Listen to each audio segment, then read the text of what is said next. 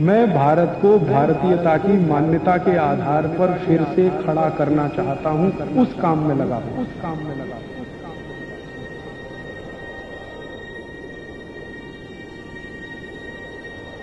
जब जब भारत को पापियों ने नष्ट करने की चेष्टा की है, तब तब भारत माँ की गोद ने ऐसे सपूतों को जन्म दिया है जिन्होंने भारत माँ की रक्षा करते हुए अपना बलिदान दे दिया। ऐसे ही एक सपूत का जन्म 30 नवंबर 1967 गुरुवार रात के लगभग 12:30 बजे भारत की भूमि पर उत्तर प्रदेश में अलीगढ़ जिले के नाह गांव में माता मिथिलेश कुमारी दीक्षित और पिता राधेश्याम दीक्षित के सुपुत्र का जन्म हुआ, जिनका नाम राजीव दीक्षित रखा गया।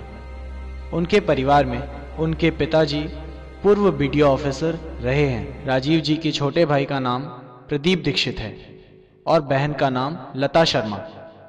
राजीव जी के दादा और दादी जी ने स्वतंत्रता संग्राम में अपना योगदान भी दिया था। राजीव दीक्षित जी का बचपन उनके गांव में गुजरा और उनकी प्राथमिक शिक्षा, माध्यमिक शिक्षा और उच्च माध्यमिक की शिक्षा फिरोजाबाद के पीडी जैन इंटर कॉलेज में पूरी हुई। राजीव जी बचपन से ही मातृभूमि के प्रेमी थे। इसके साथ साथ वह क्रांतिकारियों से बड़े प्रेरित थे। उनके अंदर क्रांतिकारियों के सपनों को पूरा करने की आकांक्षा थी। तो आइए नाह गांव का वर्णन हम राजीव जी के मुख से सुने। मैं जिस गांव में पैदा हुआ उत्तर प्रदेश में, जिसका नाम आपको लिया गया नाह मेरा गांव है, अलीगढ़ जिले में, मेरे गांव में अभी तक इलेक्ट्रिसिटी नहीं है। अभी तक नहीं मेरे गांव। आप कल्पना कर सकते हैं। और मेरे जैसे हिंदुस्तान में लाखों गांव, और मेरे गांव में सिर्फ इलेक्ट्रिसिटी ही नहीं है, रोड्स भी नहीं है। मुझे मेरा गांव जब जाना होता है तो एक जगह तक मैं गाड़ी से जा सकता हूं, उसके बाद फिर पैदल 5-6 किलोमीटर अंदर इंटीरियर में जाना होता। गाड़ी भी नहीं जा सकती क्योंकि रोड्स ही नहीं है। अपनी उच्च माध्यमिक की शिक्षा पूरी करने के बाद वे इलाहाबाद गए। वहां उन्होंने 1984 में अपनी बीटेक की पढ़ाई इलाहाबाद के JK institute of applied physics and technology में शुरू की थी। वे इलेक्ट्रॉनिक्स एंड टेलीकम्युनिकेशन में उच्च शिक्षा प्राप्त करना चाहते थे। तभी उन दिनों राजीव जी का भोपाल गैस हत्याकांड से पीड़ित कुछ लोगों से मिलना हुआ।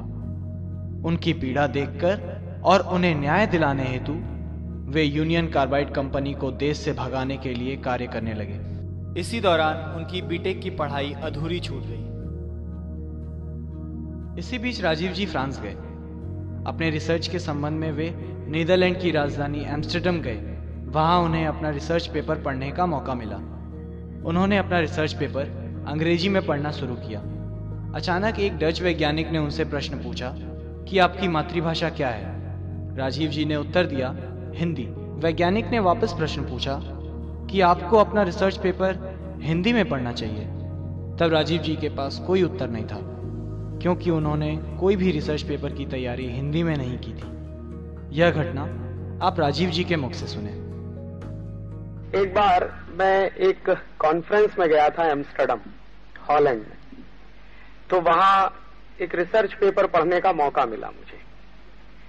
तो मैं मेरा रिसर्च पेपर जब पढ़ रहा था तो एक डच साइंटिस्ट ने खड़े होकर मुझसे पूछा कि आपके देश की नेशनल लैंग्वेज क्या है, राष्ट्रभाषा क्या है। तो मैंने कहा मेरे देश की भाषा हिंदी है। तो उसने कहा आप अपना रिसर्च पेपर हिंदी में क्यों नहीं पढ़ते। तो मैंने कहा मेरा रिसर्च पेपर अगर हिंदी में पढ़ूंगा तो आपको समझ में नहीं आएगा। तो उसने कहा आप हमारे समझने की चिंता क्यों करते। तो मैंने कहा क्यों। तो उन्होंने कहा आपसे पहले जो साइंटिस्ट आए रिसर्च पेपर पढ़ने के लिए, उनमें से कितने साइंटिस्टों ने अंग्रेजी में पेपर पढ़ा। तो मैं चुप हो गया, क्योंकि मुझसे पहले कुछ फ्रांसीसी वैज्ञानिक थे, उन्होंने फ्रेंच में पढ़ा था। और उससे पहले कुछ डच साइंटिस्ट थे, उन्होंने डच में पढ़ा था। एक जापानीज साइंटिस्ट आया था, उसने जापानीज में पढ़ा था। रूस का एक साइंटिस्ट था, उसने रशियन में पढ़ा था। तो उन्होंने कहा ये सब के सब वैज्ञानिक अपने अपने देश की भाषा में पढ़ते रहे, तो क्या हमको ये सब समझ में नहीं आया होगा। तो मैंने कहा मुझे मालूम नहीं है। तो उन्होंने कहा कि आप चिंता मत करिए, हमने व्यवस्था की हुई है। हमारे पास कंप्यूटर की व्यवस्था है, आप जिस भाषा में पढ़ेंगे हम हमारी भाषा में उसका ट्रांसलेशन करवा लेंगे, लेकिन आप उसको पढ़िए। तो मुझे पहली बार आश्चर्य हुआ कि मैं हिंदी में पढ़ नहीं सकता। तो उस वैज्ञानिक ने मुझको जो कहा, मुझे ऐसा लगा कि जैसे मेरे गाल पे किसी ने तमाचा मारा। उसने कहा कि 1947 के पहले आपका देश गुलाम था, और अगर आपका जन्म 1947 के पहले हुआ होता और आप अंग्रेजी में पेपर पढ़ते तो मेरे समझ में आता कि आप अंग्रेजी में पढ़ रहे हैं, क्योंकि आप गुलाम हैं। लेकिन अब तो आपका देश आजाद हो गया है और आपका जन्म तो आजादी के बाद का जन्म है, तो आपको अपने देश की राष्ट्रभाषा का सम्मान करना ही चाहिए, ये उसका कहना था। तो मुझे लगा कि बात तो वो बिल्कुल सही ही कह रहा है। और उसने एक बात और कही जो शायद सभी ने मानी है और कही है कि दुनिया में कोई भी व्यक्ति अगर मौलिक काम करना चाहे, कोई बेसिक रिसर्च करना चाहे, कोई मौलिक शोध करना चाहे, तो वो तब तक संभव नहीं है जब तक कि वो अपनी मातृभाषा में चिंतन ना करे।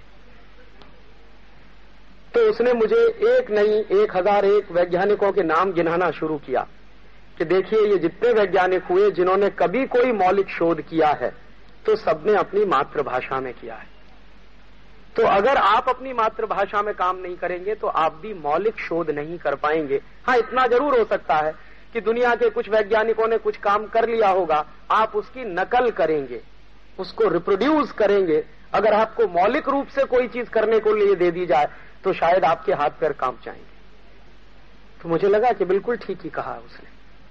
और उसके बाद जो जापानीज हमारा कुलीग था उससे मैंने पूछा था कि आपके देश में पढ़ाई कैसे करते हैं, तो उन्होंने कहा कि सब पढ़ाई जापानीज में होती है। तो मैंने कहा इंजीनियरिंग की पढ़ाई भी जापानीज में? कि हाँ बिल्कुल होती है। तो डॉक्टरी की पढ़ाई? हाँ वो भी होती है जापानीज। चार्टर्ड अकाउंटेंसी की पढ़ाई भी जापानीज में होती है, मैनेजमेंट की पढ़ाई भी जापानीज में होती है।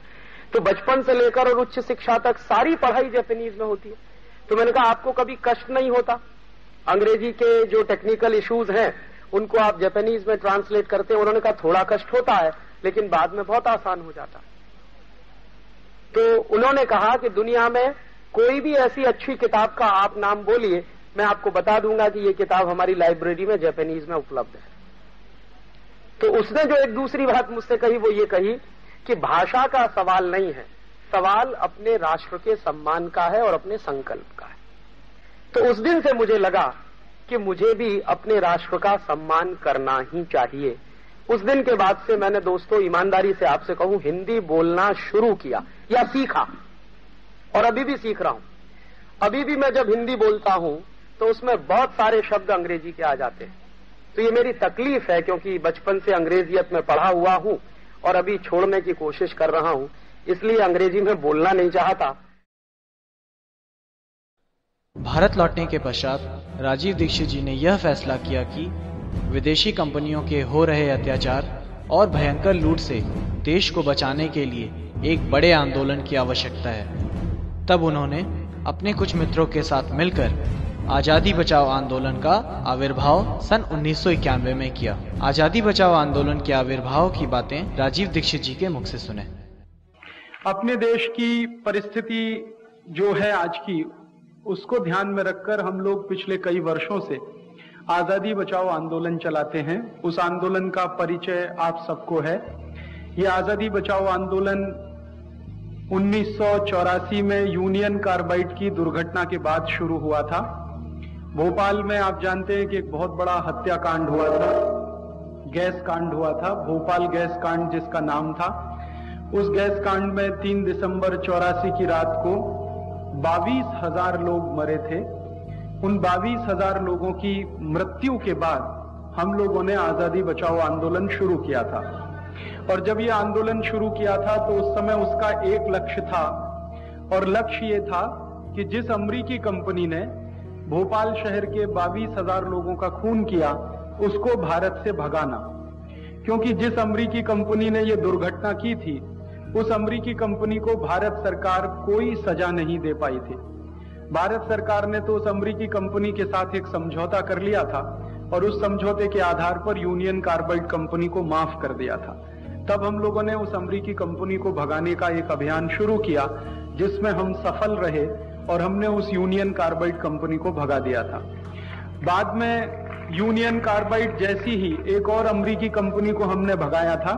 उस अमेरिकी कंपनी का नाम था कारगिल। एक तीसरी अमेरिकी कंपनी को भगाया था भारत से, उसका नाम था ड्यू पॉन्ट। एक ऐसी अमेरिकन कंपनी को भगाया था हमारे देश से जो दारू बनाने के लिए आई थी। उसका राजस्थान में अलवर जिले में बहुत बड़ा प्रोजेक्ट लगने वाला था, जिस प्रोजेक्ट में वो कंपनी हर दिन 4 करोड़ लीटर दारू बनाने वाली थी। आप जानते हैं राजस्थान में भयंकर पानी का संकट रहता है, तो जिस क्षेत्र में पानी नहीं मिलता पीने को, वहां एक अमेरिकी कंपनी का दारू फैक्ट्री बने और उसमें 4 करोड़ लीटर दारू रोज बने और वो बाजार में बिके, तो वो हमें मंजूर नहीं था। हमने उस कंपनी को भी वहां से भगा दिया था। तो ऐसी कई कई अमेरिकी कंपनियों को भारत से भगाने का एक अभियान, इसी का नाम है आजादी बचाओ आंदोलन।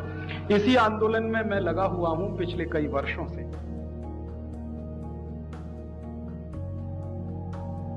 राजीव दीक्षित जी और उनके साथियों ने union carbide, due point, Kargil आदि अनेकों विदेशी कंपनियों को भारत से भगाया। सन 1991 में डंकल प्रस्ताव के खिलाफ घूम घूमकर जन जागृति की और रैलियां निकाली। यह डंकल प्रस्ताव भारत के लिए घातक होने वाला था, क्योंकि इस प्रस्ताव के पश्चात अनेक विदेशी कंपनियों को भारत को लूटने की खुली छूट मिल जाती। फिर जब अर्थर डंकल, जो गेट करार का प्रमुख था, गेट करार पर हस्ताक्षर करवाने के लिए भारत आया, तब राजीव जी और उनके आज़ादी बचाओ आंदोलन के कार्यकर्ताओं ने अर्थर डंकल को दिल्ली हवाई अड्डे में पीटा था, जिनके लिए उन्हें तिहाड़ जेल जाना पड़ा था। आगे की कहानी आप उनके मुख से सुने। मैं एक बार गिरफ्तार हुआ, ऐसा तो होता रहता हम लोगों के साथ। जब ये गेट करार सही हुआ था तो एक अंग्रेज अधिकारी, एक यूरोपियन अधिकारी जिसका नाम था आर्थर डंकल, जिसने डंकल ड्राफ्ट बनाया था, वो भारत की यात्रा पे आया। हम लोग बहुत गुस्से में थे कि इसी आदमी ने देश का बंटाधार किया, सत्यानाश किया, गेट करार इसने सही करवाया, डंकल प्रस्ताव बनाया, इसको हम भारत में नहीं घुसने देंगे। तो हमने दिल्ली एयरपोर्ट पे उसकी पिटाई की थी। मैं थोड़ा अहिंसावादी हूं, लेकिन उस दिन मैंने अहिंसा छोड़ दी थी। आर्थर डंकल को हमने जूतों से पीटा था और एयरपोर्ट के लाउंज में पीटा था, पुलिस के सामने पीटा था, और उसको हमने भागने के लिए मजबूर कर दिया था। वो भागा था लाउंज से और रनवे पे दौड़ गया था। मैंने कहा था कि दूसरी फ्लाइट लेके फिर वापस स्विट्जरलैंड चले जाओ, यहां घुसने का नहीं दिल्ली में। तो पुलिस ने गिरफ्तार किया, क्योंकि वो भारत सरकार का मेहमान था। हमने कानून का उल्लंघन किया कि भारत सरकार के मेहमान की पिटाई कर दी, तो जेल तो होनी थी, तो हम जेल गए। जब मैं जेल में पहुंचा तो उस समय सौभाग्य या दुर्भाग्य जो भी कहो, किरण बेदी तिहाड़ जेल में थी। वो सुपरिंटेंडेंट थी वहां की, किरण बेदी। तो जब हम गए तो वो सब नाम नोट शुरू हुआ, जैसे मैनुअल्स में लिखा हुआ ना कि नाम कैदी का, बाप का, उम्र वगैरह सब। फिर ये कहा उन्होंने कि आप अपने कपड़े उतारो। एक पुलिस ऑफिसर आया, उसने कहा कपड़े उतारो। मैंने कहा क्यों भाई? उसने कहा आपका बॉडी मार्क चेक करना। तो मैंने कहा बॉडी मार्क आप चेक करोगे, मैं बता देता हूं, कपड़े क्यों उतरवाते हो मेरे? तो उसने कहा रूल है ये यहाँ का। मैंने कहा भाई बड़ा विचित्र है, तुम पूछ रहे हो, मैं बताता हूं मेरे बॉडी मार्क क्या है। मैं बताता हूं कि मेरी दाहिनी टांग पर तिल है, कि मेरे पैर में तिल है, कि मेरे कान के पीछे है या मेरी आंख के पीछे, मैं बताता हूं, तुम लिखो इसमें। उसने कहा नहीं साहब आप बताओ जरूर, लेकिन मैं आपके कपड़े उतरवाऊंगा और इसमें लिखा जाएगा कि मैंने कपड़े उतारे, चेक किया, तब वहां मुझे उनका बॉडी मार्क मिला। तो मैंने कहा मैं नहीं उतारूं तो उसने कहा कि मुश्किल हो जाएगी आपको भी मुझे भी। तो मैंने कहा मैं यहां आमरण अनशन पे बैठ जाऊं तो उसने कहा मेरी नौकरी चली जाएगी। मैंने कहा ये मेरा जो भारत देश में आजादी के बाद संविधान लागू होने के अंतर से मुझे जो मौलिक अधिकार मिला है वो आप अनहन कर रहे हैं उसका। तो उसने कहा भाई मौलिक अधिकार आप अपने बाजू में रखो, मुझे बॉडी मार्क चेक करना। तो फिर मेरी जब मुलाकात हुई किरण बेदी से तो मैंने उनको पूछा ये बॉडी मार्क क्यों चेक करते हैं? तो उन्होंने कहा वो 1860 में कानून बना था, अंग्रेजों ने तय किया था, तो तब से चला आ रहा बॉडी मार्क चेक। तो मैंने कहा मुझे वो मैनुअल पढ़ना। तो उन्होंने कहा और क्या करोगे आप यहाँ आके, यही तो खुरापात करोगे, शांति से तो रहने नहीं दोगे। मैंने कहा आपने गलत आदमी को गिरफ्तार किया, अब आप मेरे जैसे आदमी को यहाँ रखेंगे तो कुछ तो सहन करना ही पड़ेगा आपको, नहीं तो मुझे रिहा कर दो आप। तो उन्होंने कहा वो तो जल्दी हो नहीं पाएगा। तो मैंने कहा मैनुअल्स मुझे देखने हैं कि ये 1860 में अंग्रेजों ने तय किया, तो क्यों तय किया? तो उसने बड़ी मेहनत की बेचारी ने, फिर वो लेके आई मैनुअल्स अगले दिन सवेरे। वो मैंने पढ़ा, तो उसमें लिखा हुआ था कि भारत का कोई भी कैदी अंग्रेजी अधिकारी के लिए कैदी से ज़्यादा गुलाम है और उसका अपमान होना ही चाहिए, इसलिए आपको कपड़े उतरवाने पड़ेंगे। बॉडी मार्क चेक करना कम महत्व की बात थी, आपका अपमान करना है वो महत्व की बात है। तो अंग्रेज अपमान करते थे हमारा, क्योंकि हम उनके गुलाम हैं, तो गुलामों का अपमान कदम कदम होना ही चाहिए, ये अंग्रेज मानते थे, नहीं तो गुलाम भड़क जाएगा। अंग्रेजों की थ्योरी थी कि जिनको आप गुलाम बनाते हैं हर कदम उनका अपमान करना आपका धर्म है, नहीं तो वो गुलाम आपके खिलाफ बगावत कर देगा। तो हर कदम उन्हें हमारा अपमान करना था, इसलिए उन्होंने बॉडी मार्क चेक करने का कानून बनाया। और हमारी ये मूर्ख सरकारें 54 साल में उस कानून को बदल नहीं पाई आज तक, वो आज भी है कानून। कोका कोला और पेप्सी जैसी हानिकारक पेय पदार्थों के खिलाफ अभियान चलाया और कानूनी कार्रवाई भी की। सन 1991 में राजस्थान के अलवर जिले में केडिया विल्सन कंपनी के शराब कारखानों को बंद करवाने में अहम भूमिका निभाई थी। इस घटना में गोलियां भी चलाई गईं, जो कि उनके पास खड़े साथी को लग गई थी। फिर भी उन्होंने हार नहीं मानी। उन्होंने गांव वासियों को ऐसा प्रोत्साहन दिया कि अंत में उन्हीं की जीत हुई। सन 1995 में राजीव जी ने उत्तराखंड में टिहरी बांध के खिलाफ ऐतिहासिक मोर्चा और संघर्ष किया, जहां भयंकर लाठीचार्ज में काफी चोटें आई। टिहरी पुलिस ने तो राजीव जी को मारने की योजना भी बना ली। घायल होने के बावजूद भी उनका संघर्ष जारी रहा, परंतु अंत में भारत सरकार ने बलपूर्वक बांध बनवाया। यह बांध 2006 में बना। सन 1997 में राजीव जी के जीवन में एक नया मोड़ आया, जब उनका मिलना प्रख्यात इतिहासकार धर्मपाल जी से सेवाग्राम वर्धा में हुआ। धर्मपाल जी यूरोप में काफी वर्ष अध्यापक रहे हैं। उनके सानिध्य में रहकर अंग्रेजों के समय के ऐतिहासिक दस्तावेजों का अध्ययन करके देश को जागृत करने का काम किया और ऐसे दस्तावेज लोगों के सामने रखे जिन्हें लोगों ने पहले कभी नहीं सुना था, क्योंकि यह सारे दस्तावेज धर्मपाल जी ने इंग्लैंड की लाइब्रेरी से काफी मेहनत के साथ इकट्ठे किए थे। राजीव जी ने भारत में घूम घूम कर भारत का गौरवशाली और ऐसा सच्चा इतिहास लोगों को बताया जो पहले किसी को पता न था। इस घटना और दस्तावेजों का वर्णन आप राजीव जी से सुने। इंडियन साइंस और इंडियन टेक्नोलॉजी को समझने की दिशा में कुछ रिसर्च का काम शुरू किया, और उस रिसर्च के काम को शुरू करने के लिए दुर्भाग्य मेरा ये कि सारे के सारे रिसर्च पेपर लंदन में पड़े हुए, मेरे देश में नहीं। मैं चाहता हूं कि मेरे देश की टेक्नोलॉजी क्या थी, साइंस क्या थी, उसको समझना है तो जाना पड़ेगा लंदन। तो ऐसे एक बहुत बड़े हिस्टोरियन हैं इस देश में जिनका नाम है प्रोफेसर धर्मपाल। उनके साथ लगकर वहां से कुछ रिसर्च पेपर लेके आया, और वहां से जो रिसर्च पेपर लेके आया उन रिसर्च पेपर्स को देखना शुरू किया, तो जो अद्भुत जानकारियां मिल रही हैं, मैं तो आश्चर्य से परेशान हूं कि ऐसा भी कभी होता था। जैसे एक उदाहरण मैं आपको देना चाहता हूं। 1820 का एक पेपर है मेरे पास, ब्रिटिश पार्लियामेंट का। वो पेपर क्या है, हमारे देश में एक विलियम एडम नाम का एक अंग्रेज ऑफिसर है, और वो विलियम एडम नाम का अंग्रेज ऑफिसर है जिसको अंग्रेजों ने भेजा है भारत का सर्वे करने के लिए। तो वो भारत का सर्वे करने आया है, और भारत का सर्वे अंग्रेज करा रहे हैं ताकि यहाँ के देश की टेक्नोलॉजी क्या है और इस देश का टेक्निकल मैन पावर कितना है, उनका कैसे हम उपयोग कर सकते हैं यूरोप के लिए, उसका अंदाजा उनको करना। तो विलियम एडम आया और 1820 से उसने यहाँ सर्वे करना शुरू किया। तो विलियम एडम की सर्वे की रिपोर्ट कुछ 1017 पन्ने की है। वो पूरी रिपोर्ट हाउस ऑफ कॉमन्स की लाइब्रेरी से मिल गई और वो हम लोग निकलवा के ले आए। तो विलियम एडम उस सर्वे में क्या क्या दे रहा है आप सुनेंगे तो आश्चर्य करेंगे कि भारत जो है हाईली टेक्निकल एडवांस्ड कंट्री है, और यूरोप भारत की टेक्नोलॉजी की तुलना में कहीं भी नहीं ठहरता। और उसमें वो उदाहरण क्या क्या दे रहा है, विलियम एडम की रिपोर्ट में वो लिख रहा है कि इस समय 1820 में जो स्टील भारत में बन रहा है वैसा स्टील यूरोप में कहीं नहीं बनता।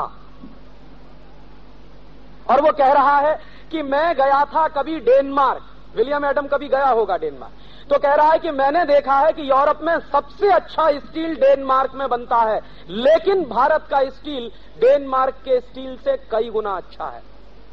तो रिपोर्ट में वो एक सजेशन दे रहा है। क्या सजेशन दे रहा है? कि अगर ईस्ट इंडिया कंपनी को जहाज बनाने हो, हथियार बनाने हो, स्टील का उपयोग करना हो तो सारा का सारा स्टील भारत से इंपोर्ट करिए। तो उसने ये जो लिखा है अपनी रिपोर्ट में, तो इस पर कई ब्रिटिश पार्लियामेंट के एमपीज को आश्चर्य हुआ कि क्या लिख रहा है ये आदमी। तो जिनको आश्चर्य हुआ है वो लोग भारत में आए हैं कि देखें कहां स्टील बन रहा है भारत में, क्या टेक्नोलॉजी है भारत में स्टील बनाने की। तो विलियम एडम सबको पकड़कर ले गया। मध्य प्रदेश में एक जगह है, उसका नाम है सरगुजा। तो सरगुजा ले गया है और सरगुजा में उस समय स्टील बनाने के छोटे छोटे 10,000 कारखाने हैं। विलियम एडम के सर्वे की रिपोर्ट बता रही। और वो कह रहा है कि ये सब स्टील बनाने के कारखाने जो लोग चलाते हैं उनके पास कोई डिग्री नहीं है, लेकिन वो स्टील बनाना जानते हैं और परंपरा से वो सब सीखते हुए आ रहे हैं। तो वहां के लोग जब गए हैं, अंग्रेजों की पार्लियामेंट का डेलीगेशन सरगुजा के लोगों के पास जब मिलने को गया है, तो उनका कम्युनिकेशन ठीक से नहीं हो पा रहा है क्योंकि वो अंग्रेजी बोलते हैं, सरगुजा के लोग अंग्रेजी जानते नहीं है। लेकिन वो देख रहे हैं कि उन लोगों को स्टील बनाते हुए, और सरगुजा में जो स्टील बनता है उस जमाने में, तो विलियम एडम की सर्वे की रिपोर्ट में उसका स्टैटिस्टिक्स है कि सरगुजा के इलाके में जो 10,000 छोटे छोटे स्टील बनाने के कारखाने हैं, कितना स्टील बन रहा है उनमें उस जमाने में 1820 में, तो अप्रोक्सीमेट 20 से 30 लाख टन। तो वो जो रिपोर्ट मिली है, तो मेरे मन में एक जिज्ञासा पैदा हुई है कि अगर ये स्टील बन रहा है तो स्टील बनाने की कोई टेक्नोलॉजी भी रही होगी, समझना चाहिए उसको क्या टेक्नोलॉजी है।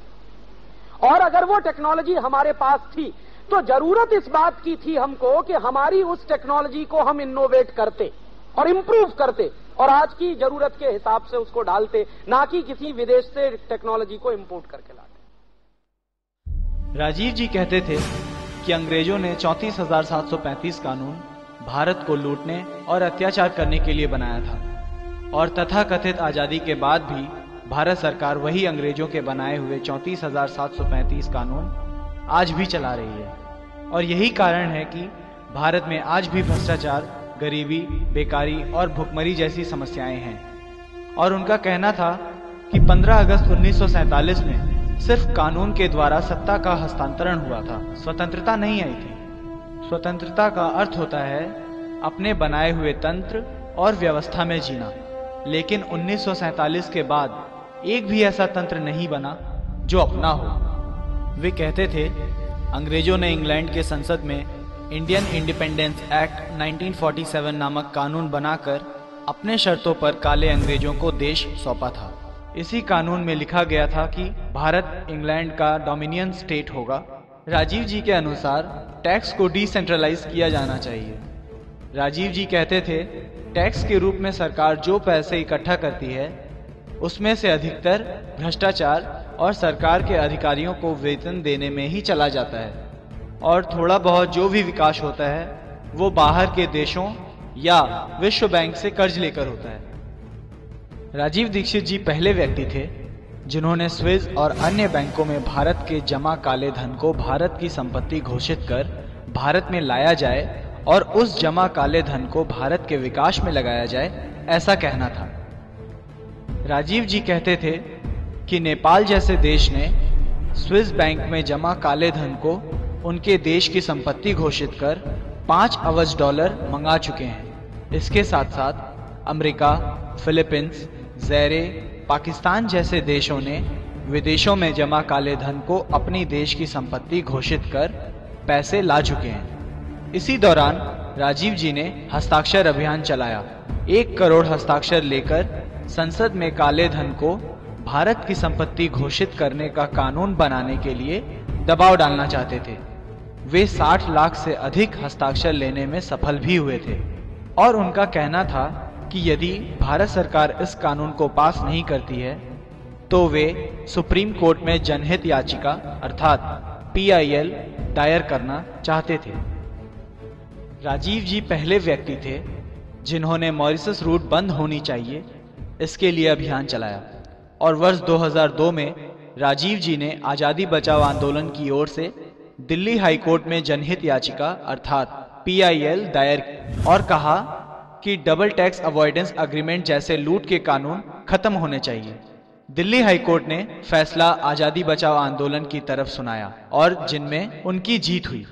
परंतु वर्ष 2003 में यूनियन ऑफ इंडिया ने इसी केस को सुप्रीम कोर्ट में ले गए, जहां सुप्रीम कोर्ट ने दिल्ली हाई कोर्ट के फैसले को ठुकराते हुए आजादी बचाओ आंदोलन के सारे विषय को खारिज कर दिया, यह जानते हुए कि डबल टैक्स अवॉइडेंस एग्रीमेंट के द्वारा नागरिकों को लूटा जा रहा था और यह डबल टैक्स अवॉइडेंस एग्रीमेंट संविधान के खिलाफ है। सुप्रीम कोर्ट के द्वारा ऐसे अन्यायपूर्ण फैसले से पता चलता है कि राजीव जी क्यों कहा करते थे कि अंग्रेजों के बनाए हुए कानून से हमें कभी भी न्याय नहीं मिलेगा।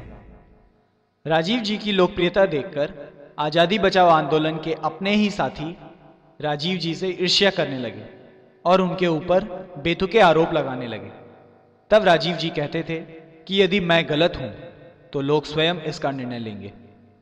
उसका परिणाम यह हुआ कि राजीव जी अपने राष्ट्र के प्रति कार्य करते हुए लोगों के बीच और अधिक लोकप्रिय हो गए और उनके ऊपर आरोप लगाने वालों की हालत खिसियाने बिल्ली खंबा नोचे वाली हो गई थी। और जब राजीव जी स्वामी रामदेव जी के साथ जुड़े तो आजादी बचाओ आंदोलन के कुछ कार्यकर्ताओं ने ईर्ष्या के कारण फिर से राजीव जी पर कीचड़ उछालने की चेष्टा की और कहने लगे कि राजीव जी ने आंदोलन के पैसे अपने व्यक्तिगत जीवन और घर बनाने के लिए किया। जवाब में उनके छोटे भाई प्रदीप दीक्षित ने पूरे तथ्य और प्रमाण देकर उन लोगों का मुंह बंद कर दिया। कुछ आरोप लगाने वाले व्यक्तियों ने राजीव जी को जान से मारने की धमकी भी दिया करते थे। राजीव जी का कहना था कि उदारीकरण, निजीकरण और वैश्वीकरण का षड्यंत्र चलाकर भारत को लूटा जा रहा है। राजीव जी ने FDI अर्थात foreign direct investment, GM food और BT कॉटन का भी खूब जोर से विरोध किया था। उनका कहना था कि भारत सरकार और तथाकथित बुद्धिजीवी कृषि पर ध्यान नहीं देते और यही कारण है कि किसान की हालत अत्यंत खराब है और अधिकतर आत्महत्या करने पर मजबूर हो जाते हैं। सन 1999 से राजीव जी के व्याख्यानों ने देशभक्तों के बीच जागरूकता पैदा की और उनके बताए हुए रास्तों पर चलने लगे। सन 1999 में राजीव जी व्याख्यात योग गुरु स्वामी रामदेव से मिले। राजीव जी ने रामदेव के योग प्राणायाम को अनेक सराहा और उनके संपर्क में रहते थे। राजीव दीक्षित और स्वामी रामदेव के बीच हुए अनेकों चिंतन के बाद उन्होंने देश को स्वावलंबी, स्वदेशी और अंग्रेजों के कानून को हटाने के लिए योजना बनाई और अनेक योजना के बाद 9 जनवरी सन 2009 में स्वामी रामदेव और राजीव दीक्षित ने मिलकर भारत स्वाभिमान नामक एक संगठन का निर्माण किया। स्वामी रामदेव ने भारत स्वाभिमान में राष्ट्रीय सचिव का पद राजीव दीक्षित के कंधों पर दिया। राजीव जी ने इसी दौरान सारी राजनीतिक दांवपेच स्वामी रामदेव को बताई।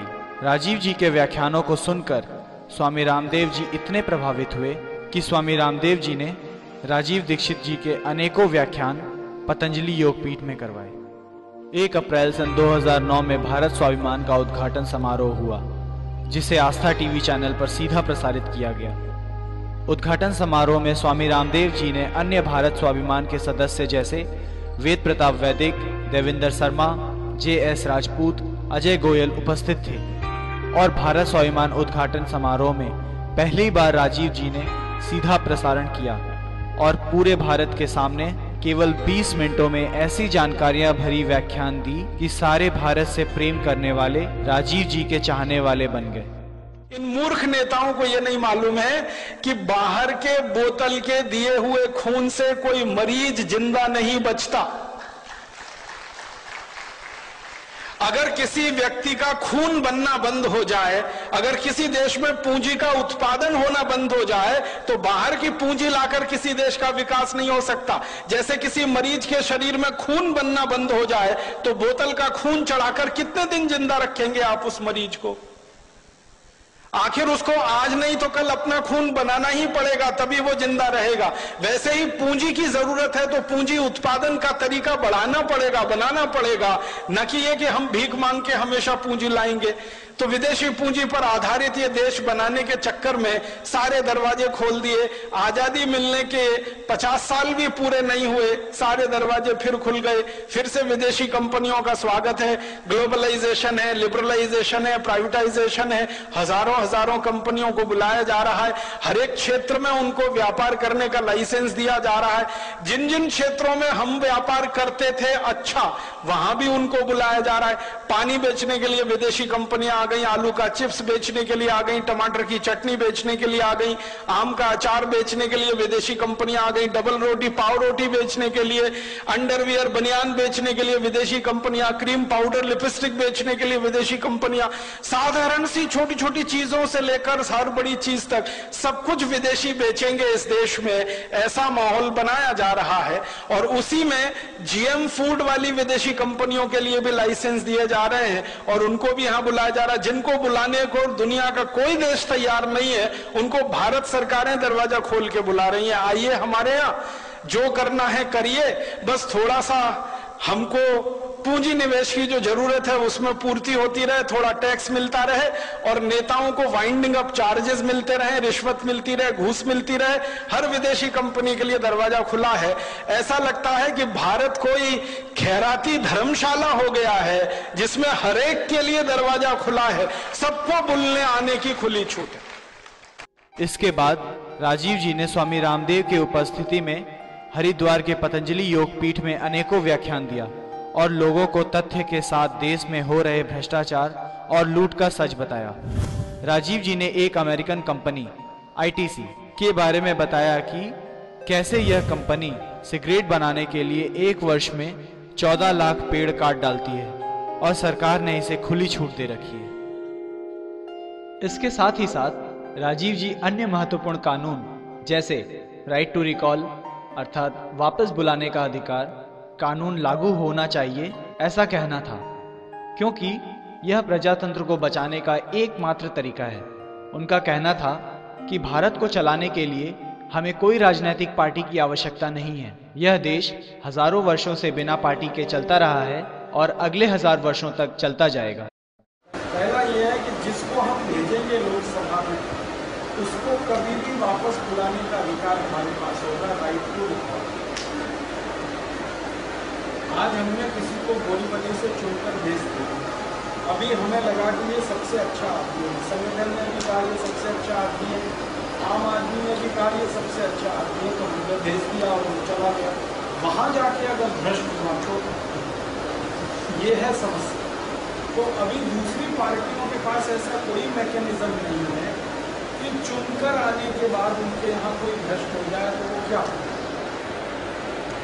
वो संसद से उसे नहीं निकाल सकते, पार्टी से निकाल सकते हैं, लेकिन पार्टी से निकलने का कोई मतलब नहीं, वो संसद में तो रह सकता है। ऐसे बहुत सारे केसेस आपके आंखों के सामने। हम ये मजबूरी में नहीं रहेंगे, हम पहले ही उनका एफिडेविट कराएंगे कि भाई आज तो मैं ईमानदार हूँ, कल को मेरे ऊपर जरा भी बेईमानी की बात आई तो मुझे अपने आप को प्रूव करना है। तो राइट टू रिकॉल और राइट टू रिजेक्ट, ये दोनों को हम हमारे यहाँ लागू करके उनको मिलते हैं।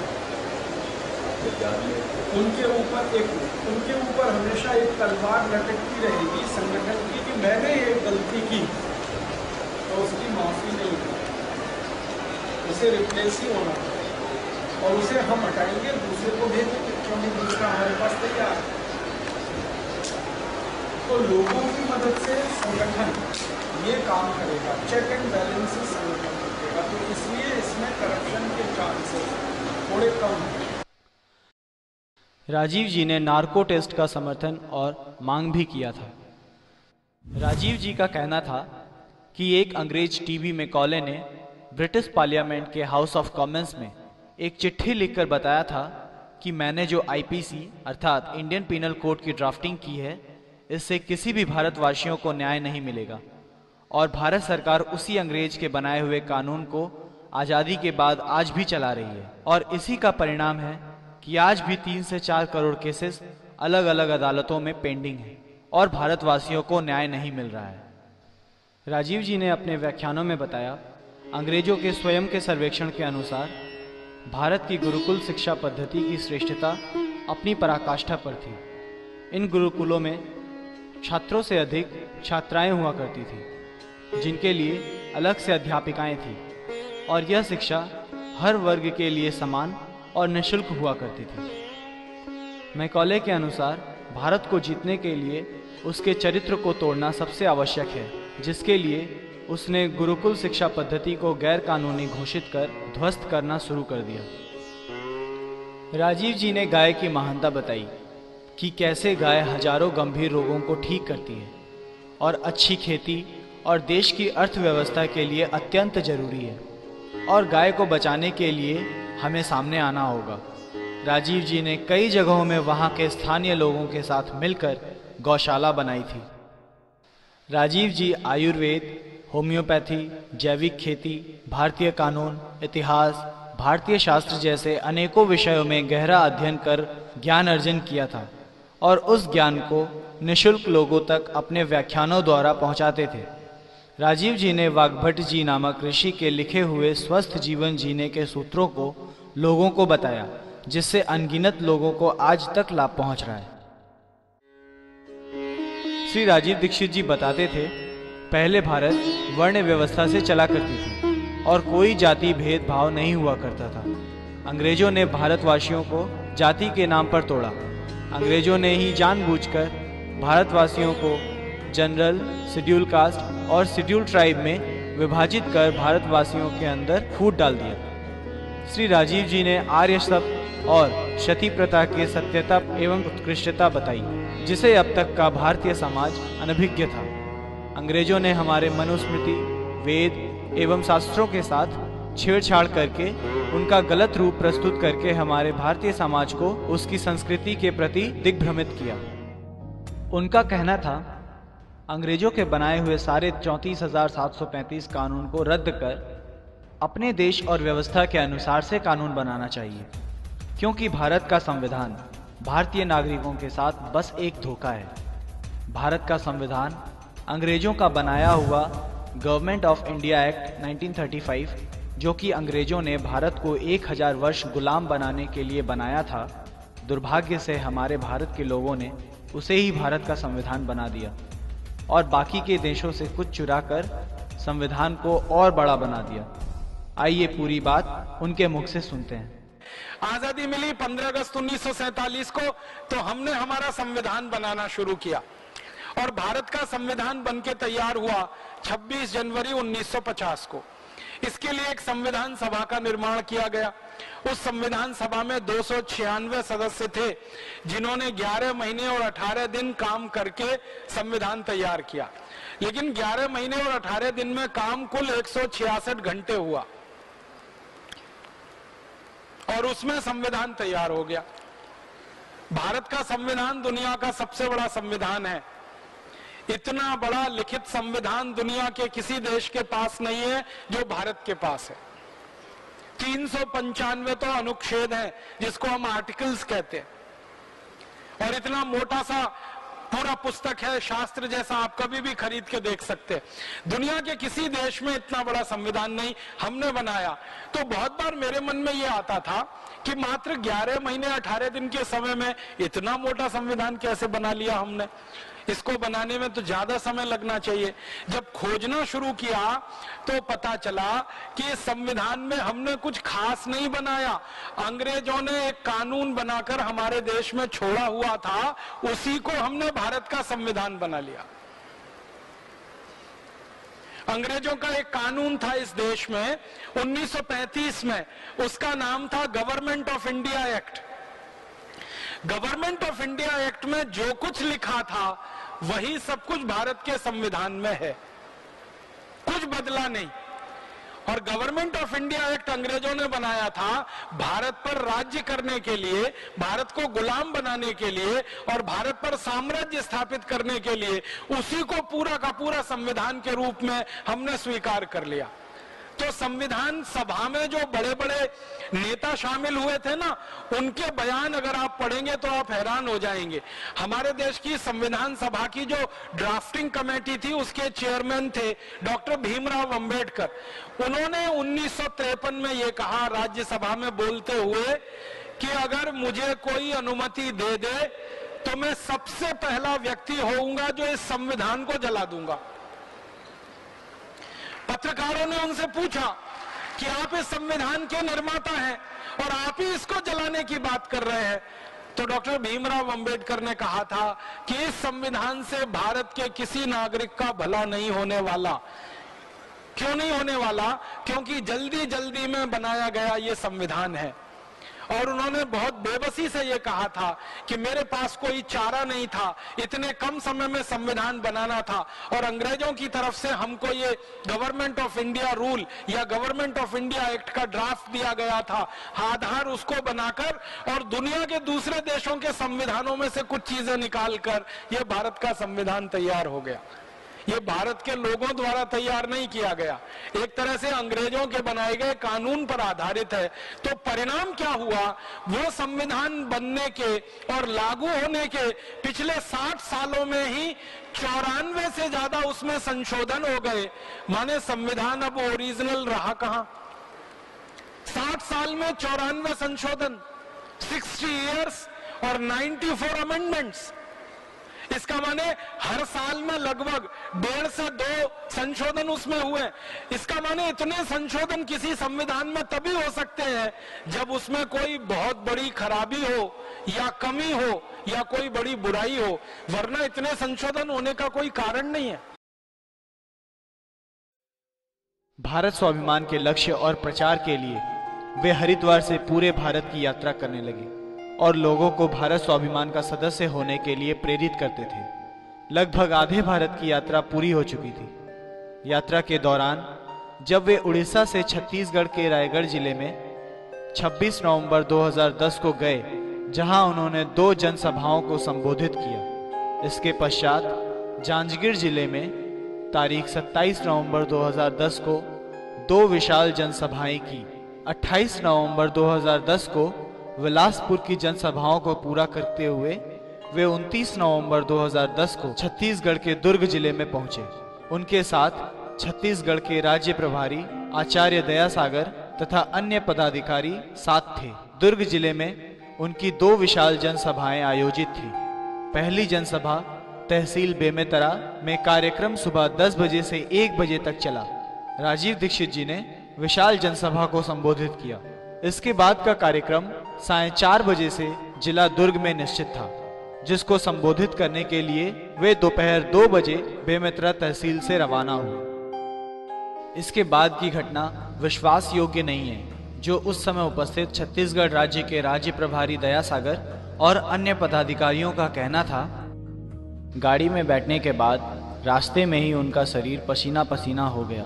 दयासागर ने राजीव जी से पूछा तो जवाब मिला कि मुझे गैस सीने में चढ़ गई है, यदि शौचालय जाऊं तो शायद अच्छा महसूस करूं। फिर दयासागर ने तुरंत उन्हें दुर्ग के अपने आश्रम में ले गए, जहां पर राजीव जी शौचालय गए और जब कुछ देर बाद नहीं निकले तो दयासागर के पूछने पर उन्होंने दबी दबी आवाज में कहा कि हाँ बस निकल रहा हूं, गाड़ी स्टार्ट कीजिए। और जब काफी देर हो गई और पूछने पर अंदर से जवाब नहीं आया, तब दरवाजा खोला गया तो राजीव जी बेहोश होकर पसीने से लथपथ नीचे पड़े थे। उन्हें तुरंत उठाकर बिस्तर पर लिटाया गया और पानी छिड़का गया। दयासागर ने तुरंत राजीव जी को हॉस्पिटल चलने को कहा, पर राजीव जी ने मना कर दिया और कहा कि होम्योपैथी डॉक्टर को दिखाएंगे। थोड़ी देर बाद होम्योपैथी डॉक्टर आकर उन्हें दवाइयां दी और फिर भी आराम न मिलने पर उन्हें तुरंत सेक्टर 9 भिलाई के इस्पात संयंत्र अस्पताल में भर्ती कराया गया और इस हॉस्पिटल में अच्छी कोई सुविधा नहीं होने के कारण फिर उन्हें अपोलो बीएसआर हॉस्पिटल में ले जाया गया। राजीव जी एलोपैथी चिकित्सा के लिए मना करते रहे। उनका मनोबल इतना दृढ़ था कि वे हॉस्पिटल में भर्ती नहीं होना चाहते थे। उनका कहना था कि मैंने जीवन भर एलोपैथी चिकित्सा नहीं ली है, तो अब कैसे ले लूं। ऐसा कहा जाता है कि स्वामी रामदेव जी ने उस समय राजीव जी से फोन पर बात की थी और उन्हें आईसीयू में भर्ती होने को कह रहे थे। आखिर में वे आईसीयू में 5 डॉक्टरों के टीम के निरीक्षण में भर्ती कराए गए। दुर्ग की डॉक्टर रेखा मित्तल, जो कि बीएसटी की कॉर्पोरेट मेंबर भी हैं, पल पल में उनके साथ गहन चिकित्सक कक्ष में उपस्थित थी। उनकी अवस्था और भी गंभीर होती गई और रात्रि 1 से 2 के बीच डॉक्टरों ने उन्हें मृत घोषित किया।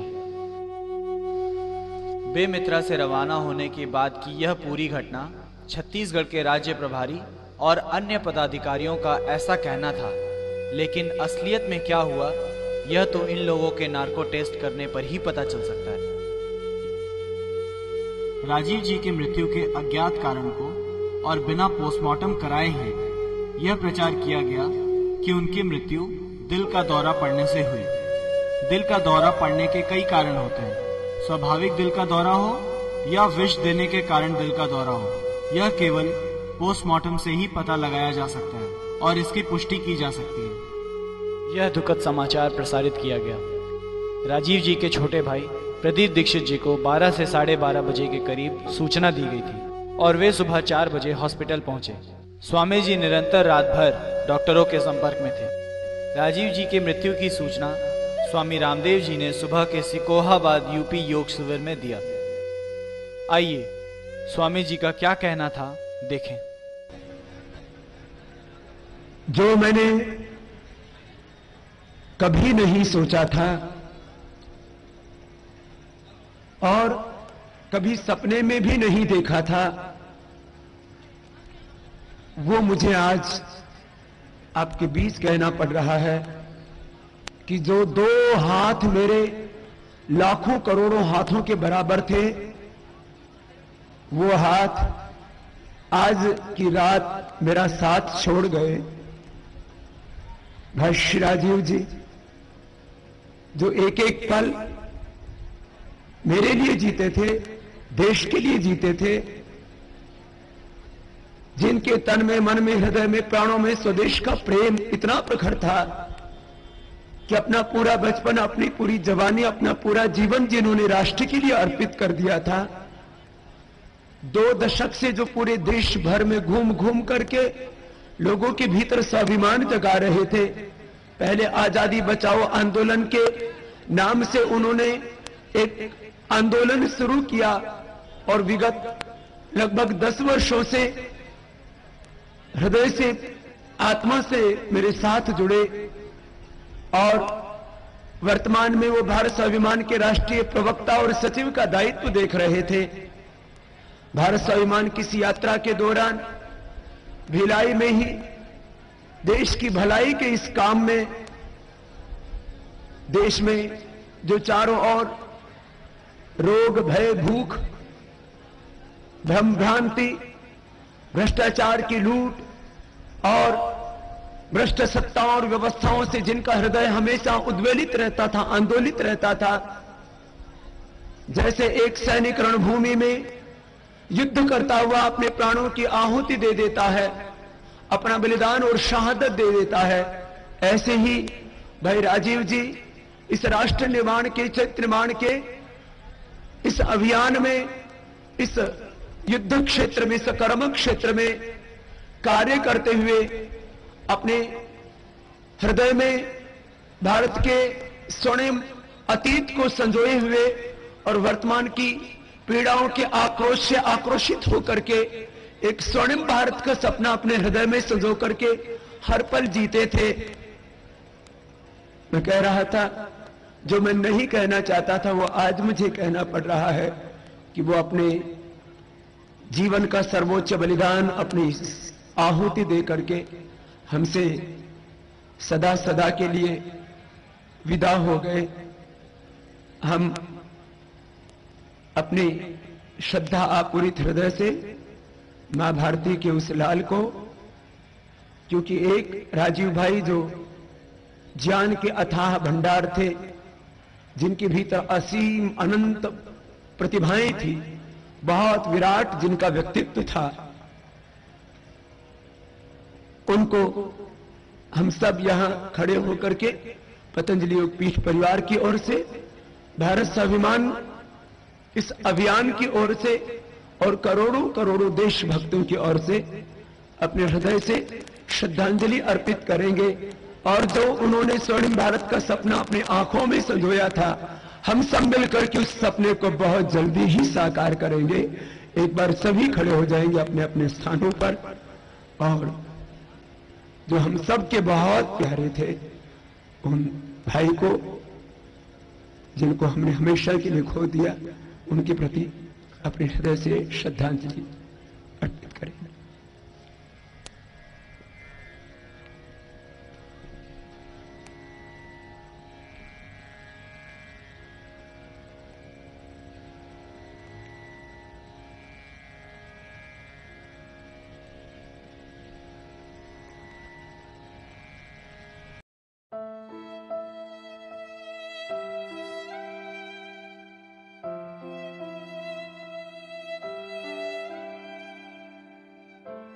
फिर भिलाई से राजीव दीक्षित जी के पार्थिव शरीर को रायपुर के मेडिकल कॉलेज भीमराव अंबेडकर स्मृति चिकित्सालय लाया गया। यह सब प्रक्रिया 30 नवंबर 2010 सुबह 9 से 11 बजे तक हुई और इसके पहले भिलाई थाने में सूचना दी गई। राजीव जी के छोटे भाई प्रदीप दीक्षित ने सुबह 11 बजे राजीव जी के पार्थिव शरीर को कॉफिन में रखकर पतंजलि योगपीठ विमान में ले आए। उनके अंतिम दर्शन के लिए राजीव जी के पार्थिव शरीर को पतंजलि योगपीठ लाया गया।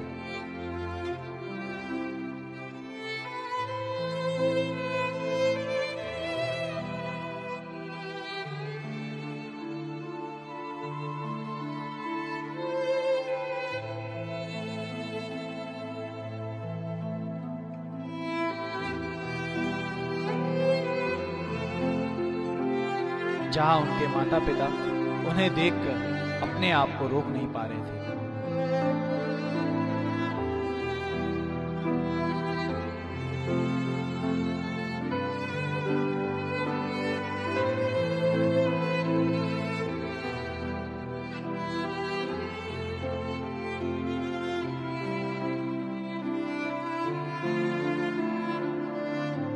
एक दिसंबर को राजीव जी का दाह संस्कार कनखल हरिद्वार में किया गया। प्रदीप दीक्षित ने उन्हें मुखाग्नि दी।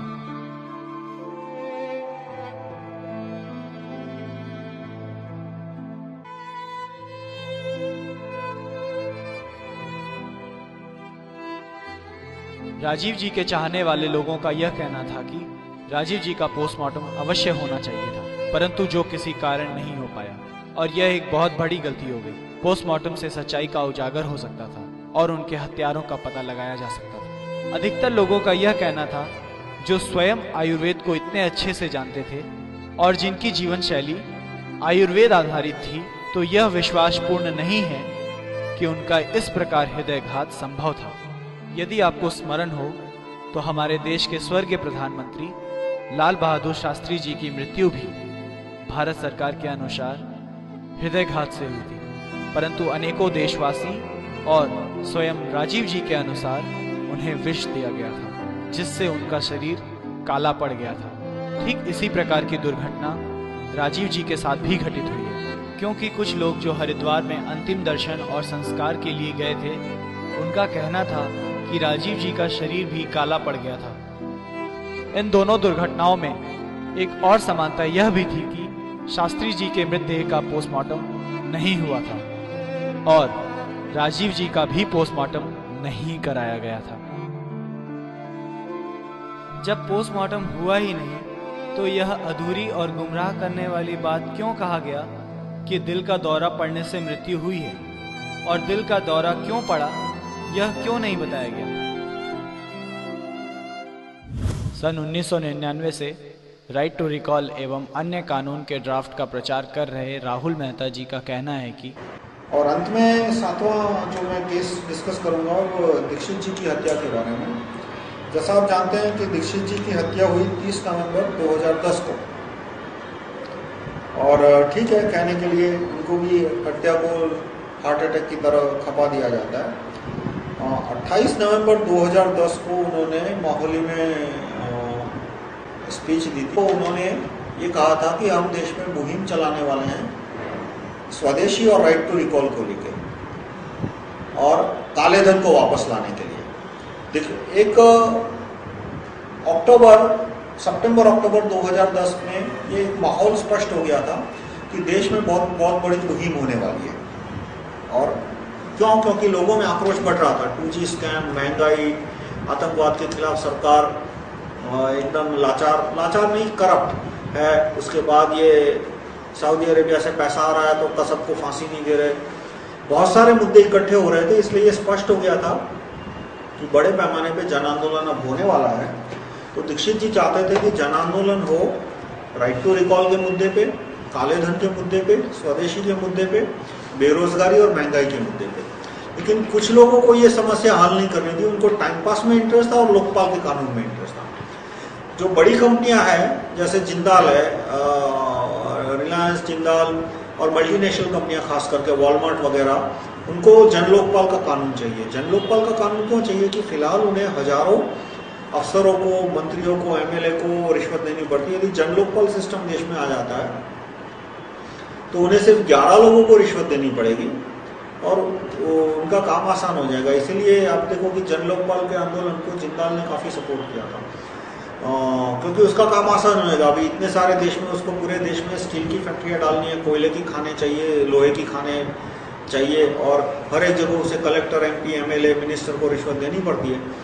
और उसके बजाय यदि जन लोकपाल सिस्टम आता है तो 11 लोगों को रिश्वत दो और बाकी जो भी कलेक्टर टांग अड़ाता है, जन लोकपाल को बोलो कि उसको करप्शन का केस डाल के उसको अरेस्ट करवा दो। दूसरा एक तरह का टाइम पास भी चाहते थे कि लोगों को टाइम पास करा दो, उनका गुस्सा निकल जाए, लोग थक जाए, उसके बाद वो जन आंदोलन का नाम लेना ही भूल जाए। तो मैं ये नहीं कहता कि लोकपाल वाले लोगों ने दीक्षित जी की हत्या कराई, क्योंकि उनकी इतनी कैपेसिटी नहीं है कि वो दीक्षित जी की हत्या करा पाए। उन पर मैं ऐसा आरोप डाल भी नहीं रहा। लेकिन जो लोग, जो कॉरपोरेट लॉबीज, वॉलमार्ट है या तो बड़ी कंपनियां हैं, मल्टीनेशनल कंपनियां, मिशनरी, उनकी जो लॉबी है जो कि राइट टू रिकॉल पे मूवमेंट नहीं चाहती थी, काले धन पे मूवमेंट नहीं चाहती थी और ये स्वदेशी पे मूवमेंट नहीं चाहती थी और चाहती थी कि भाई जन लोकपाल पे ही मूवमेंट हो, जो लॉबियों ने इसका मर्डर कराया होगा, ये मेरा मानना है। मल्टीनेशनल कंपनीज के लूट की सच्चाई को बिना किसी के डर के राजीव दीक्षित जी लोगों को बताते थे और राजीव दीक्षित जी ने मल्टीनेशनल कंपनीज के नाक में दम कर दिया था।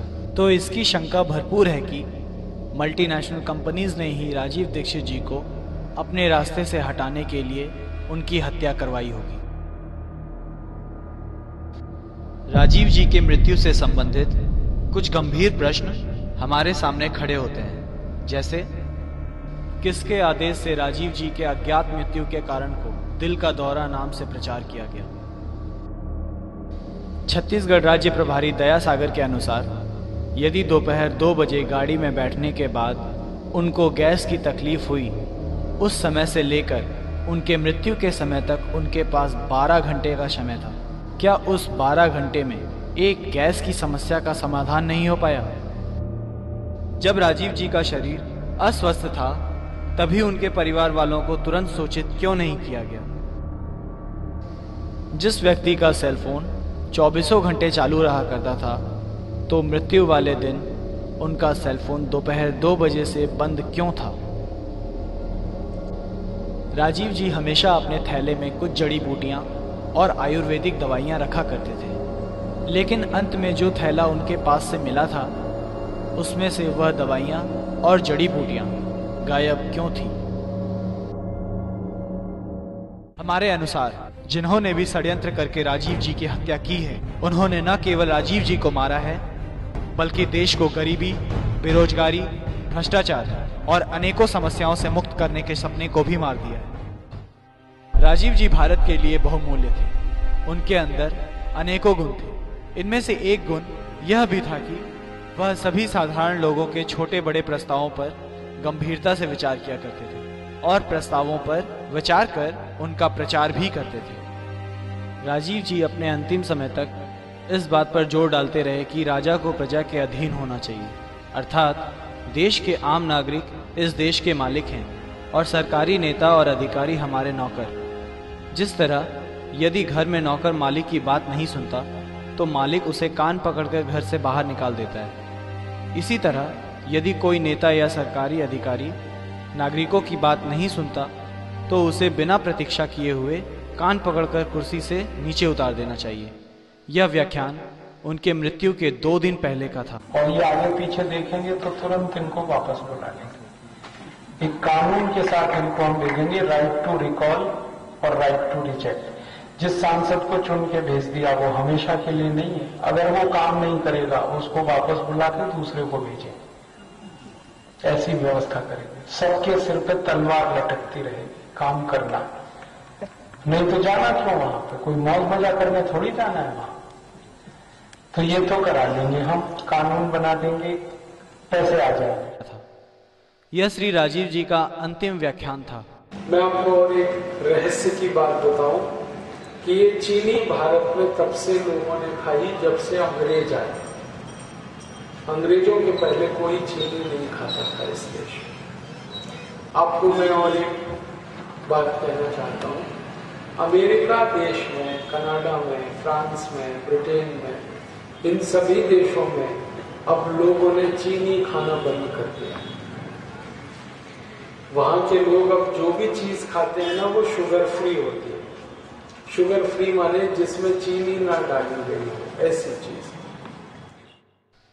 यह श्री राजीव दीक्षित जी का अंतिम उपलब्ध वीडियो है। भारत माता की जय। वंदे मातरम, वंदे मातरम, वंदे मातरम।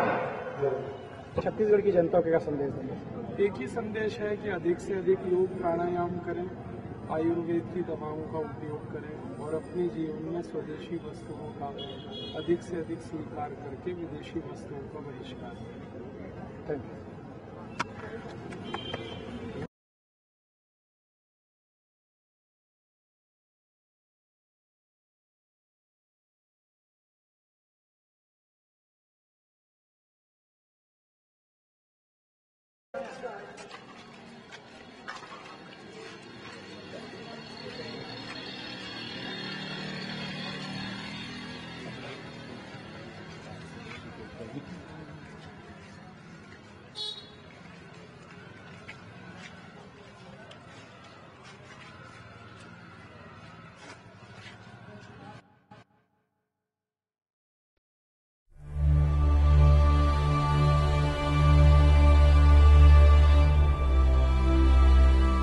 दक्षिण भारत में मद्रास का एक बड़ा नेता मरा, 1 साल पहले की घटना है। मैं नाम नहीं लेता क्योंकि हिंदुस्तान में मरे हुए का नाम लेके बोलने की परंपरा नहीं है। तो उसके बेटे का मुझे फोन आया, राजीव भाई मेरे पिताजी का मृत्यु हो गई, हम लोग एक कंडोलेंस मीटिंग कर रहे हैं मद्रास में, आप आएंगे? मैंने कहा भाई मैं नहीं आ सकता। कहने लगा क्यों? मैंने कहा मैं झूठ नहीं बोल सकता वहां आके। तो उसने कहा इसमें झूठ बोलना क्या, मेरे पिताजी मरे हैं, कंडोलेंस मीटिंग है, बहुत सारे लोग बोलेंगे, आप वो भी बोल दीजिए, इसमें झूठ क्या बोलना। मैंने कहा भाई झूठ ये बोलना पड़ेगा, मुझे आकर इतना तो कहना ही पड़ेगा कि भगवान उनकी आत्मा को शांति प्रदान करे। बिना कर्टसी के तो मैं नहीं मानता, और इतनी कर्टसी में इतना तो बोलना ही पड़ेगा कि भगवान उनकी आत्मा को शांति दे। और मैं जानता हूं कि उनकी आत्मा इस समय स्विट्जरलैंड पे भटक रही है, क्योंकि जो अकाउंट उन्होंने जमा किया था उसको भोग पाए नहीं है, तो आत्मा तो वहां भटकती है। और मैं कहूंगा कि भगवान उनकी आत्मा को शांति दे, शांति मिलेगी कैसे? इसलिए मैं झूठ बोलने के लिए नहीं आ सकता। तुम तुम्हारे रीत से कर लो अपना कार्यक्रम। तो हमारी गरीबी तो इसलिए नहीं है कि हम जनसंख्या में ज्यादा हैं, हमारी गरीबी इसलिए है कि हमारे यहां भ्रष्ट राजकारणी पैदा हो गए। इन भ्रष्ट राजकारणियों ने, इन भ्रष्ट अधिकारियों ने, इस पूरे भ्रष्ट प्रशासन तंत्र ने इस देश को गरीब बनाया है। अन्यथा ये देश सोने की चिड़िया था, आज भी सोने की चिड़िया है, भविष्य में भी सोने की चिड़िया होने की क्षमता रखता है, अगर इस देश के सारे राजकारणियों को पानी के जहाज में भर लिया जाए और ये कंडला बंदर पर डुबो दिया जाए। तो मैं आपको बहुत ईमानदारी से एक बात शेयर करना चाहता हूं, हो सकता है आप कह नहीं पाते, मैं कह देता हूं। मैं पिछले 6 महीने से बहुत लोगों से ये सुन चुका हूं। लोग कहते राजीव भाई वो 13 दिसंबर को संसद पे हल्ला हुआ लेकिन एक भी साला मरा नहीं हो।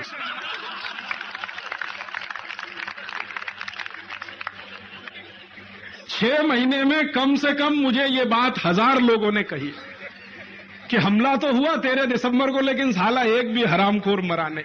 ये दोनों ही शब्द, साला और हरामखोर, एक भी मर जाता तो दिल को तसल्ली हो जाती, आत्मा को तसल्ली हो जाती। एक गांव में तो मुझे यहां तक कह दिया एक खेड़ूत ने मैं अभी की घटना बताता हूं। मैं एक छोटे से गांव में गया, पोरबंदर के नजदीक एक गांव में गया था। वहां एक खेडूत ने, जो बिना पढ़ा लिखा, कुछ समझता नहीं, कुछ जानता नहीं, लेकिन कभी कभी समाचार सुनता है टीवी पे या कभी कभी रेडियो में सुनता है, उसने मेरी सभा में भाषण सुनने के बाद कहा कि वो 13 दिसंबर को हमला हुआ था संसद में। मैंने कहा हाँ हुआ था, आपकी क्या प्रतिक्रिया है उस पर? तो उसने कहा वो बिल्डिंग टूट जाती तो मुझे थोड़ा दुख था, लेकिन ये अंदर बैठे हुए सब मर जाते तो मैं जरूर लड्डू बांट देता मेरे काम। पूछो आप किसी पुलिस कांस्टेबल से कि भैया तुम डंडा ठक ठक ठक ठक करके घूमते हो, क्यों डंडा है तुम्हारे हाथ? किसी और अधिकारी के हाथ में आपने डंडा देखा? पुलिस के अधिकारी के हाथ में डंडा? बड़ा ऑफिसर है तो छोटा रूल लेके चलेगा, और छोटा अधिकारी है तो लंबा सा डंडा लेके चलेगा। क्यों? कोई भेड़ बकरियों को चराने जाना है क्या?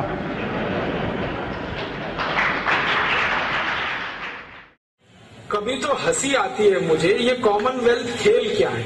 ये वो खेल हैं जिनको दुनिया के 71 देश खेलते हैं, और ये सारे 71 देशों को अंग्रेजों ने गुलाम बनाया था। तो ये 71 देश अपनी गुलामी को याद करने के लिए हर 4 साल में ये खेल खेलते हैं। दुनिया में ऐसे मूर्ख लोग देखे हैं जो गुलामी को याद करते हैं अपनी, और वो भी बहुत बड़े समारोह के साथ, भव्य समारोह करके गुलामी को याद करते हैं।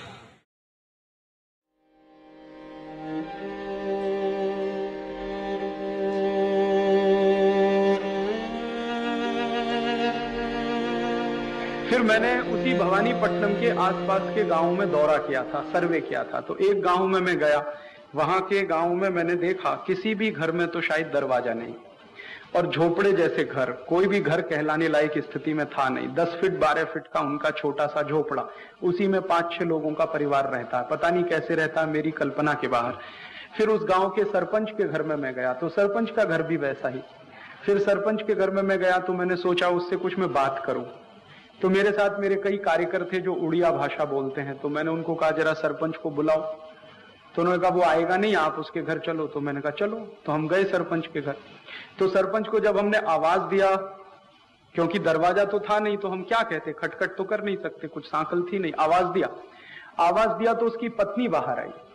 तो मुझे बहुत दुख हुआ ये देखकर कि उस बहन के शरीर पर 2 मीटर भी कापड़ नहीं, जिससे वो अपने पूरे शरीर को लपेट सके। 2 मीटर भी कापड़ नहीं।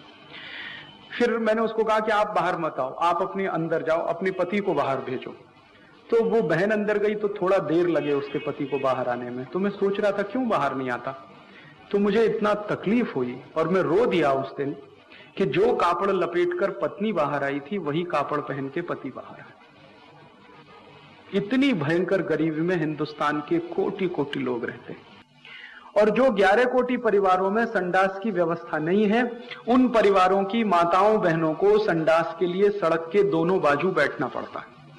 मैं पूरे देश में एक एक गांव से दूसरे गांव घूमता हूं। मुझे बहुत दुख होता है कि जब मैं किसी गांव में जाता हूं और मेरी गाड़ी की हेडलाइट सड़क पर पड़ती है, तो किसी बहन को, किसी माता को खड़े होना पड़ता है, फिर मेरी गाड़ी गुजर जाने के बाद फिर बैठना पड़ता है। कोई मुझसे पूछता, राजीव भाई आपकी जिंदगी में सबसे खराब समय कौन सा होता है? वही समय मैं सबसे खराब मानता हूं। मैं मेरे ऊपर यही सोचता रहता हूं कि मैं किस देश में पैदा हुआ, जिस देश की माताओं बहनों को उनकी जिंदगी के नितांत निजी क्षणों को भी हम कोई व्यवस्था नहीं दे पा रहे। आजादी के 50 वर्ष अपने। वो क्या बात कर रहे थे? वो कह रहे थे मां हम गरीब क्यों हैं? तो कान में मेरे शब्द पड़ गए। मैंने कहा ये इस तरह का प्रश्न कोई अपनी मां से पूछे तो मुझे लगा ये कोई साधारण लोग नहीं है, कुछ तो इनमें असाधारणपन है। चल के पूछा जाए कौन लोग हैं, परिचय लिया जाए। तो मैं गया उस दुकान पे, मैंने पूछा आप लोग कौन हैं? तो उन्होंने कहा कि हम तात्या टोपे के परिवार के लोग।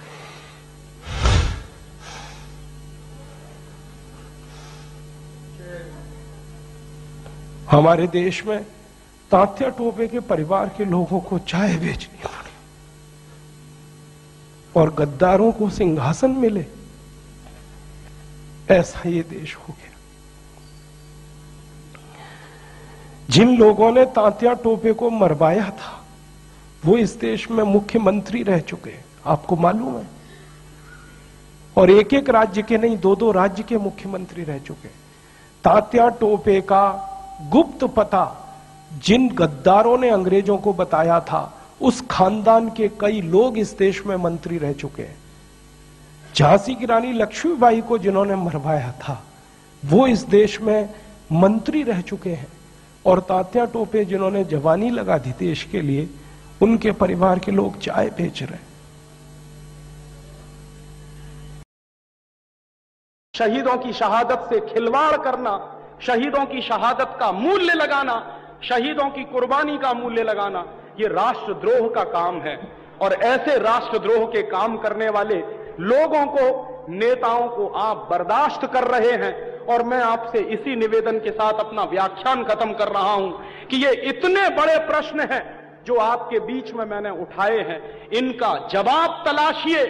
मिलकर अगर हम जवाब नहीं ढूंढेंगे तो आने वाली पीढ़ी हमको माफ नहीं करेगी, और आने वाली पीढ़ी जब हमसे सवाल पूछेगी तो शायद हमारे पास कोई जवाब नहीं होगा।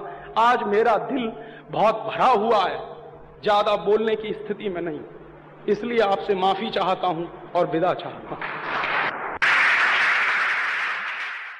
इस देश में बहुराष्ट्रीय कंपनियों के खिलाफ कोई बड़ा आंदोलन खड़ा हो और उसमें मेरी जान भी चली जाए तो मुझे कोई वादा नहीं है। मुझे लगेगा कि मेरा जीवन सार्थक है।